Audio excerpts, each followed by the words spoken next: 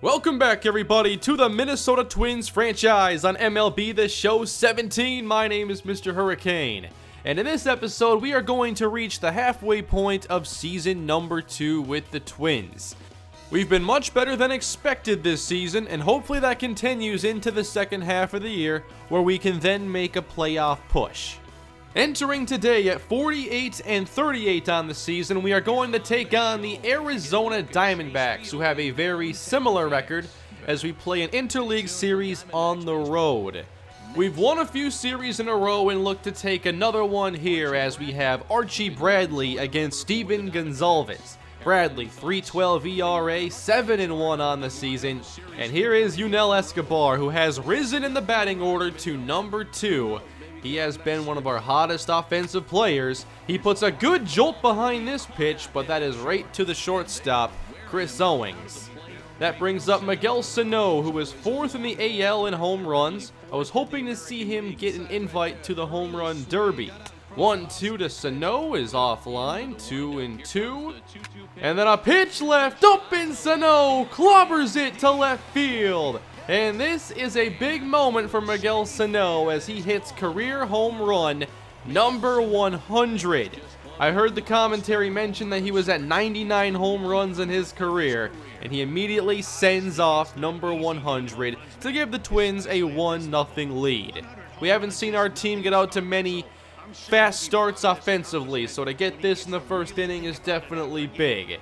436 feet.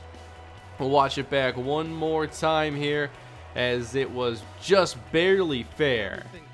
So we continue on as Joe Mauer, the next up on a 2-2 pitch, takes one right off the shin guard. That brings up Daniel Palka playing as we were facing a righty. Palka 1-2, swings and whiffs at a changeup low, and the Twins' first inning is over.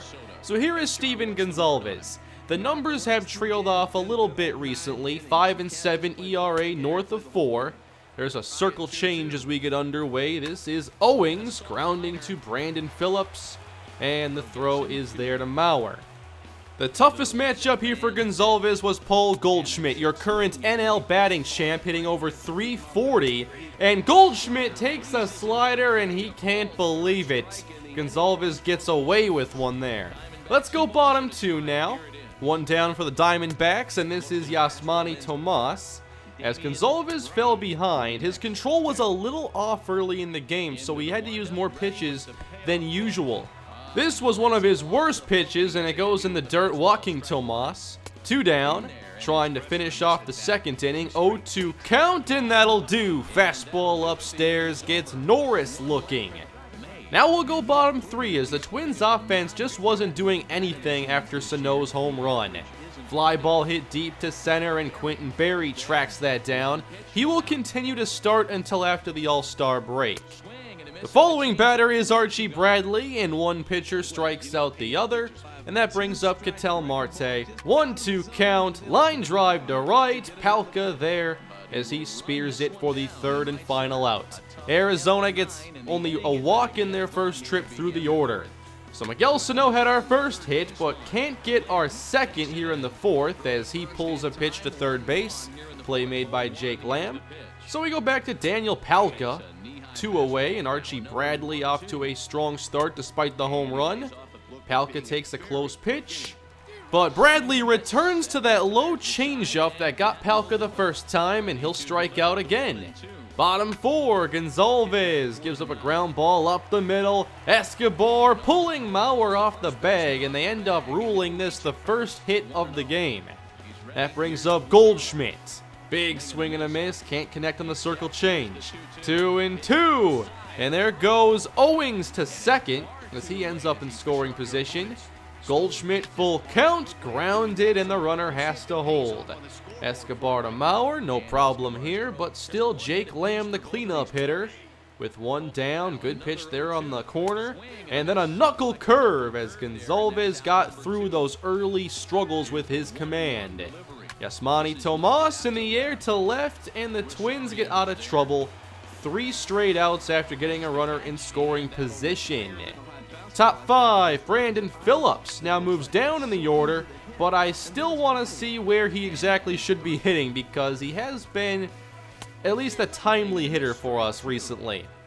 Now, of course, here, playing in a National League ballpark, you have to have your pitcher hit, and Gonzalez, not very good at it as he strikes out.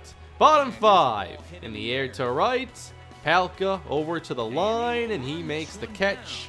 When the Diamondbacks were hitting the ball hard, it was just right at somebody or at least within range. Grounded to Escobar, Gonzalez giving some very good innings here. Top 6 now, Quentin Berry, the leadoff hitter, grounds one through the infield, and the Twins get another base runner. Not many hits in the first 5, but in the 6th we began to figure things out. It's Yunel Escobar, deep to left and down for extra bases. And with the speed of Berry, he'll test going home, and Berry is in safely. An RBI double for the Twins' hottest hitter. And that brings up Miguel Sano. Can he deliver with Escobar in scoring position? Here he is, Miguel Sano gets a changeup, and he swings through it. Next pitch, another changeup, and he swings through it. That's what you get with Sano, home runs and a lot of misses. He then strikes out, and the Diamondbacks end up going to their bullpen. TJ McFarland, the lefty, to face a couple lefties. Daniel Palka up, 1 and 2, pulled on to first. Sliding play by Goldschmidt, inning over, but the Twins do take a 2-0 lead. Gonzalez, meanwhile, not giving up many hits, but the pitch count was just getting a little high. The Diamondbacks battled pretty well, and that's what you're seeing here from Ketel Marte before he strikes out.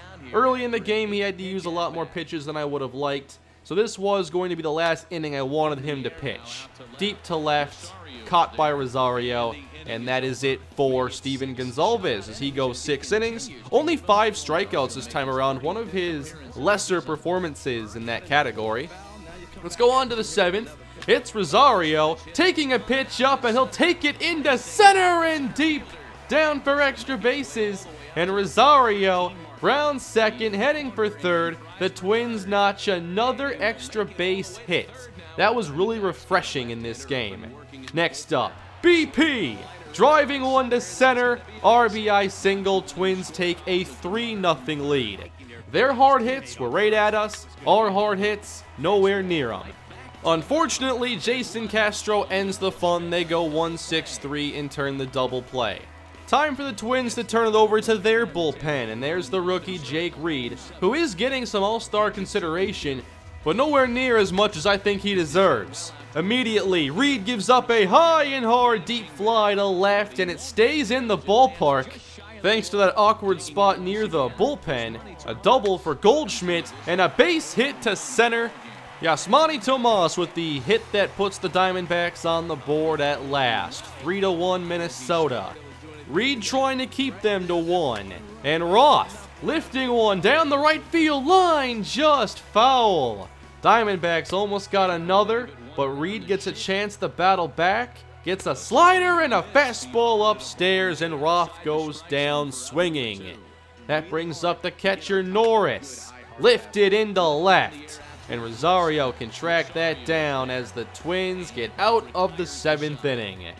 2-run game as the Twins go into the 8th. This is Quentin Berry, and he'll put a line drive at short, and that is a great catch made by Owings. 2 down for Miguel Sano. There's a high drive into center, headed to the wall, but it won't get there. Sano retired, and we go bottom 8. Time for Trevor May to get an inning of work. 1-2 count, and a base hit through the right side. Diamondbacks finally getting their offense going once Gonzalez had to exit. Ketel Marte into center field, another hit for the Diamondbacks. Before the bullpen got into the game, the Diamondbacks had 1 hit. And here, thanks to some extra effort, they get first and third 1 down. Owings, jam shot, right field, Palka in to make the catch, and no test to the plate. 2 down, and will intentionally walk the NL average leader. Paul Goldschmidt gets a free pass, but still you gotta face Jake Lamb. 1-0, scorched to left and caught by Rosario. Again, the Twins get batted ball luck on their side, and it's still 3-1 going into the final frame. Joe Mauer to lead the way as he pulls a pitch into right field, and the Twins get another extra base hit. We pulled the ball really well in this game. It was fun. Mauer advanced to third, and then Rosario going deep to left center. It doesn't have the distance, but that's still plenty deep to score Joe Mauer as the Twins give a 4-1 lead to their closer Glenn Perkins. 27 saves this year, 3.5 ERA, looking for number 28. Leading off is Yasmani Tomas, and Perkins can't find the zone on his first three or his fourth as he walks Tomas to begin the bottom of the 9th inning. That brings up Roth.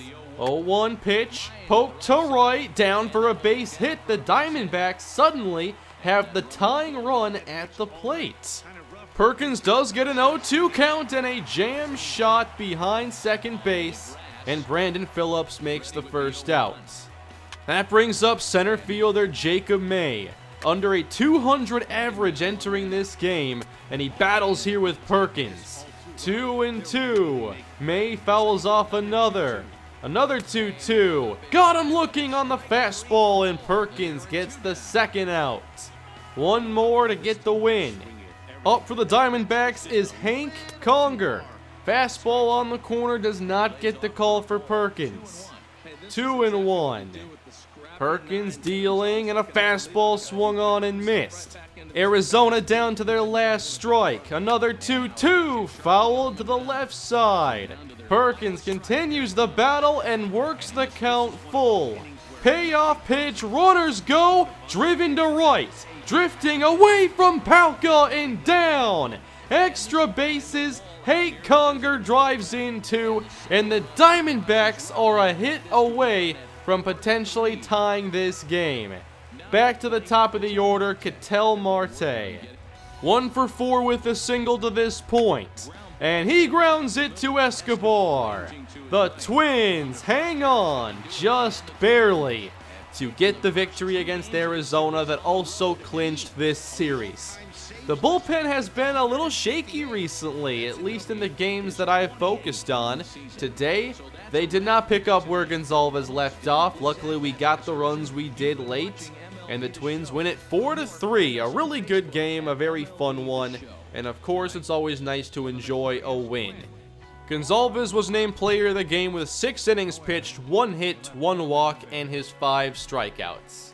Now, at the halfway point, we have all-star games all over the place, and we have the Futures game, of course. Maxwell Fowler playing for the United States. We also had Gary Tadano, our second-round pick, playing for the World, but I didn't realize it. I would have liked to play with Tadano. We haven't focused on him yet. So we're going to spend some more time with Maxwell Fowler today. 1-2 in the filthiest curveball I think I've seen from Max. When his control is good, we know what happens. Fowler is just unstoppable. Even in these all-star situations, he just stands out. He's the number 6 ranked prospect in baseball, of course the best in our organization. He does give up a base hit, however. I've noticed that a lot of times. He'll get the first 2 easily, and then the third one, they get something off of him. Then a drive out to deep right. Good carry behind it, but that's going to be hauled in. This was just a Futures game, so I wasn't going to pitch Max the entire time. I gave him 2 innings of work, and there's that sweeping curve, and he has really good control of it. He gets a big swing on the slider, and then goes upstairs with the fastball at 94 miles per hour. 3 strikeouts for Maxwell Fowler, and a soft ground ball to close things. He gives up 2 hits in 2 innings with 3 strikeouts. Not a bad day's work. Later in the 8th, we put in Sandy Bunty.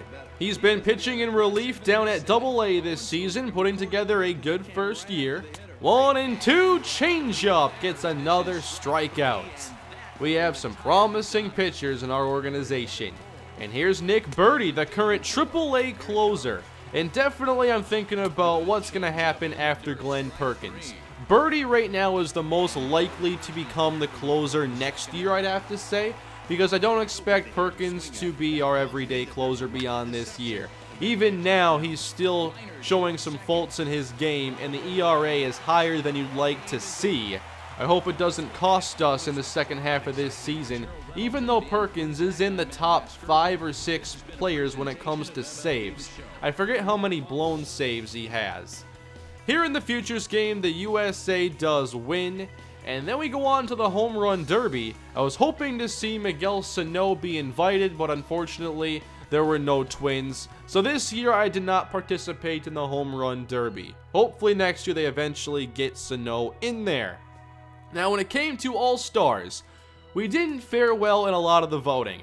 Duffy and Reed, I think, both should have been higher, and we ended up with 2 All-Stars. Surprisingly, Brandon Phillips was voted in at second base.